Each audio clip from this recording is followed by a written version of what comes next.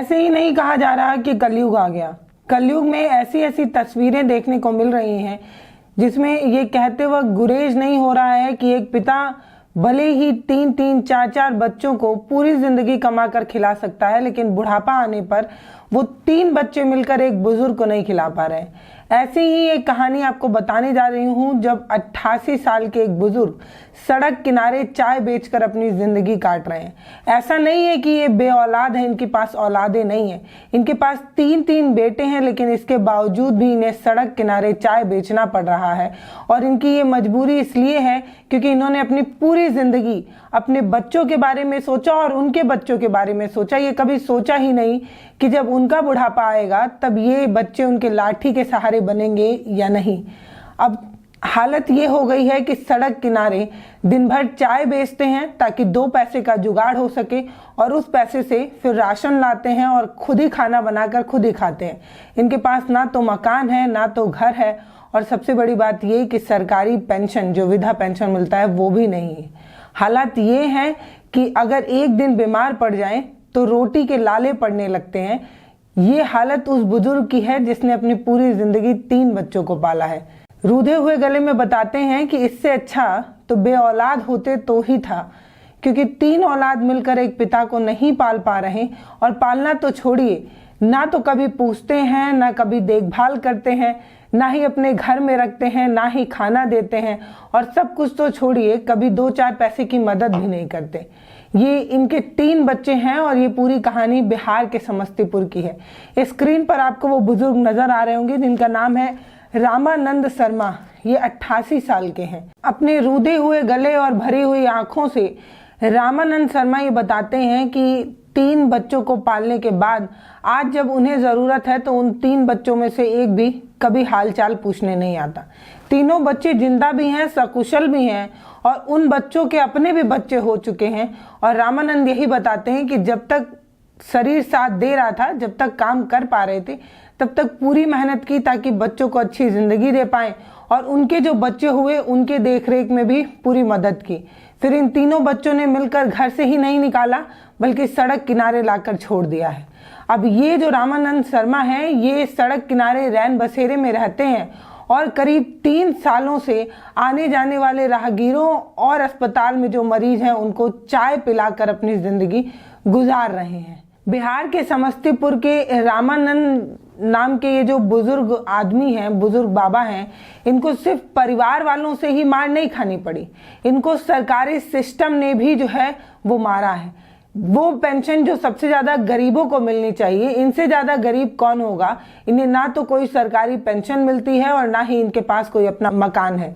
सड़क किनारे रैन बसेरे में अपना एक छोटा सा सामान रखकर ये अपनी जिंदगी जो है वो गुजार रहे हैं। बताते हैं कि दिन भर में करीब 50 से 60 कप चाय जो है वो लोगों के सामने सर्व कर देते हैं, उन्हें पिला देते हैं, जिससे उनकी आमदनी 150 से 200 हो जाती है, और इसी आमदनी के सहारे वो अपनी जिंदगी गुजार रहे हैं। आते जाते लोगों को चाय पीने के लिए बोलकर वो अपने लिए पैसे का इंतजाम करते हैं।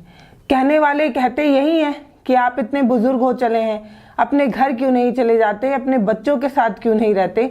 इस पर रामानंद यही कहते हैं, जी तो बहुत चाहता है कि बच्चों के साथ रहें, लेकिन बच्चे ही नहीं चाहते कि हम उनके साथ रहें।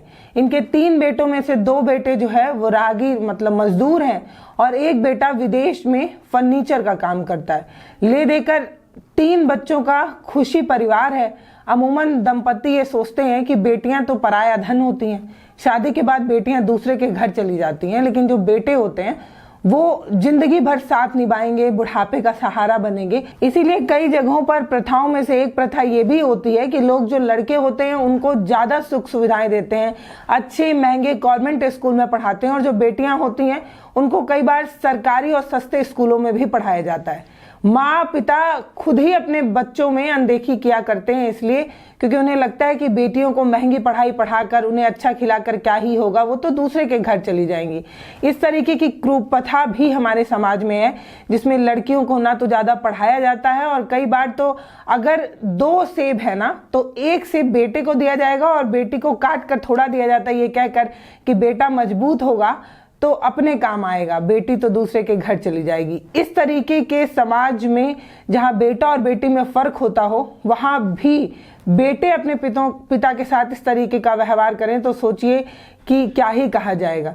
रामानंद के 3 बेटे हैं और देखने वालों को दूर से यही लगता होगा कि जब इनको देखकर यही कहते होंगे कि बुढ़ापा तो बड़ी आसानी से कट जाएगा, लेकिन अफसोस ये है कि आज बुढ़ापे में जब इन्हें कम दिखने लगा है, इनका घुटना दर्द से वजह से कराहने लगा है, इन्हें चलने में दिक्कत होती है, तब इनके बच्चों ने भी इनका साथ जो है वो छोड़ दिया है। समस्तीपुर जिले के पटोरी प्रखंड के क्षेत्र भौना गांव के रहने वाले ये जो रामानंद शर्मा है, इनका एक घर भी था, लेकिन अब इनके पास कोई घर नहीं है। ये रैन बसेरे में रहकर राहगीरों को चाय पिलाकर, अस्पताल के मरीजों को चाय पिलाकर जो है वो अपनी जिंदगी का गुजारा कर रहे हैं। इस ठंड में किसी को गर्म चाय पिलाकर आशीर्वाद लिया जाए या ना लिया जाए, लेकिन अपनी रोटी की व्यवस्था जरूर जो है वो ये बुजुर्ग 88 साल के बुजुर्ग रामानंद कर पा रहे हैं। जब इनसे कोई भी पूछता है कि आप अपने बच्चों के साथ क्यों नहीं जाते, आपके बच्चे कहाँ हैं, इस पर हर बार रामानंद की आंखें भरी जाती हैं। वो बार बार यही कहते हैं कि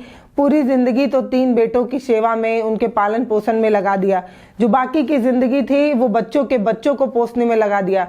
सूद का मूर मूद कर सूद ही करते रह गए, यानी कि जो बच्चे हैं वो मूर हैं और उनसे जो बच्चे निकल रहे हैं यानी कि नाती और पोता वो सूद है। तो पूरी जिंदगी मूर और सूद की सेवा करते रह गए, लेकिन ना तो मूद ही काम आया, ना तो सूद ही काम आया, ना तो बच्चे ही पूछते हैं, ना तो पोते ही पोते पूछते हैं। जब इस तरीके के हालात को देखा गया तो उनसे पूछा गया कि आपके बच्चे कहाँ हैं, तो उस पर वो बोलते हैं कि बेटों ने साथ छोड़ दिया, देखभाल करना तो छोड़िए, मदद भी नहीं करते और किसी तरीके की आर्थिक मदद के बारे में भी नहीं सोचते, हालचाल भी नहीं पूछते। इसी शहर में हैं लेकिन मुंह टेढ़ा कर कर निकल जाते हैं। दिल को बहुत कष्ट होता है, लेकिन क्या ही करें। इस तरीके का बयान देते हुए रामानंद को जब सुना गया, इन बुजुर्ग बाबा को जब सुना गया, तो लोगों की भी आंखें भर आई, इसलिए क्योंकि समाज इसी तरीके से जी रहा है।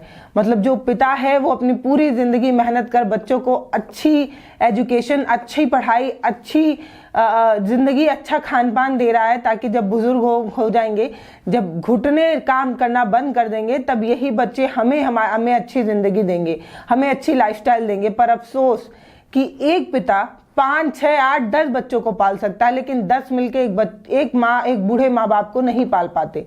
मतलब एक पिता कमर तोड़ मेहनत कर 5 बच्चों को अच्छी जिंदगी दे सकता है, लेकिन यही बुढ़ापे में यही 5 बच्चे मिलकर 2 रोटी एक बुजुर्ग को नहीं दे पाते। आखिर इन बुजुर्ग को क्या ही चाहिए होगा, एक छत, 2 रोटी, इससे ज्यादा तो कोई आस नहीं होगी। लेकिन अफसोस कि वो 2 रोटी भी इतनी महंगी हो गई है कि इनके बच्चे इन्हें नहीं दे पा रहे हैं। ये 88 साल के बुजुर्ग बाबा बताते हैं कि इनके 3 बच्चे हैं, जिनका नाम अखिलेश, पवन और पंकज है, जिनमें से 2 उसी शहर, उसी गांव के रहने वाले हैं, बाकी के एक जो है वो विदेश में फर्नीचर का काम करते हैं। कुल 13 सालों से जो है वो इनका वृद्धा पेंशन बंद है और 3 सालों से सड़क किनारे रैन बसेरे में अपनी जिंदगी काट रहे हैं। इन बुजुर्ग की कहानी सुनकर आपको क्या लगता है, और क्या आपको अभी भी लगता है कि मानवता और इंसानियत के राह पर हम अब चल रहे हैं, या हमारे अंदर इंसानियत, मानवता सब खत्म हो चुकी है? दूसरे के लिए छोड़िए, हमारी भावना दूसरे के लिए नहीं हो तो ना हो, हमारे खुद के अपने माता पिता के लिए भी नहीं है। वो माँ जिसने न जाने कितने कष्ट में हमें पाला है, वो पिता जिसने अपनी पूरी जिंदगी मेहनत की है ताकि वो अपने बच्चों को अच्छी जिंदगी दे सके।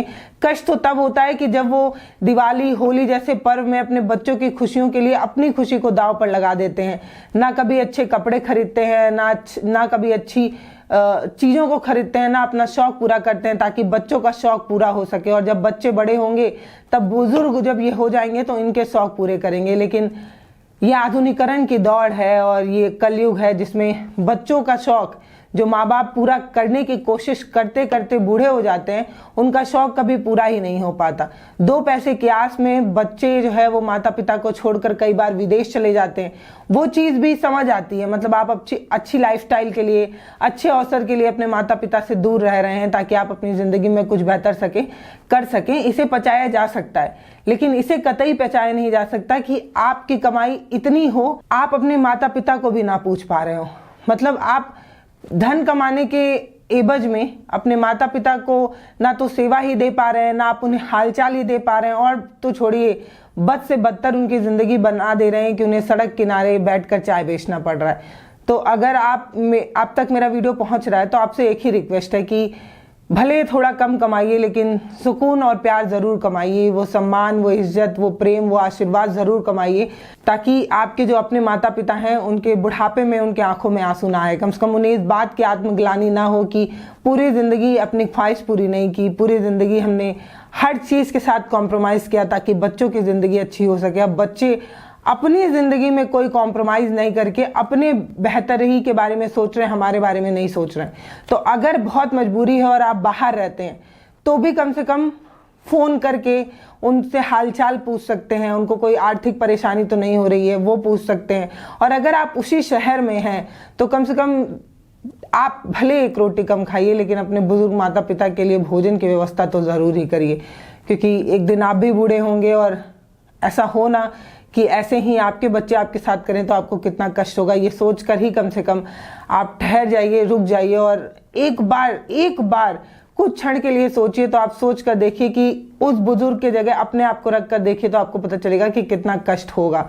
जब आपके घुटने काम करना बंद कर देंगे, जब आपकी इंद्रियां धीरे धीरे पुरानी होने को आ जाएंगी, जब आप चल नहीं पाएंगे, तब आपका साथ देने वाला कोई नहीं होगा तो आपको कैसा लगेगा। बाकी आपको ये मार्मिक कर देने वाली कहानी कैसी लगी आप हमें कमेंट सेक्शन में लिखकर ज़रूर बताइएगा। नमस्ते, मैं पल्लवी हूँ, आप भारत एक नई सोच देख रहे हैं। बिहार के समस्तीपुर के इस बुजुर्ग को जब मैंने देखा तो मेरी आंखें भर गई और मुझे लगा कि एक सेंसिटिव कहानी आपके साथ साझा की जाए और आपसे अपने मन की बात की जाए। मैंने तो अपने हिस्से की बात कह दी है, आप भी अपने हिस्से की बात हमें कमेंट सेक्शन में लिखकर ज़रूर कहें। बहुत धन्यवाद।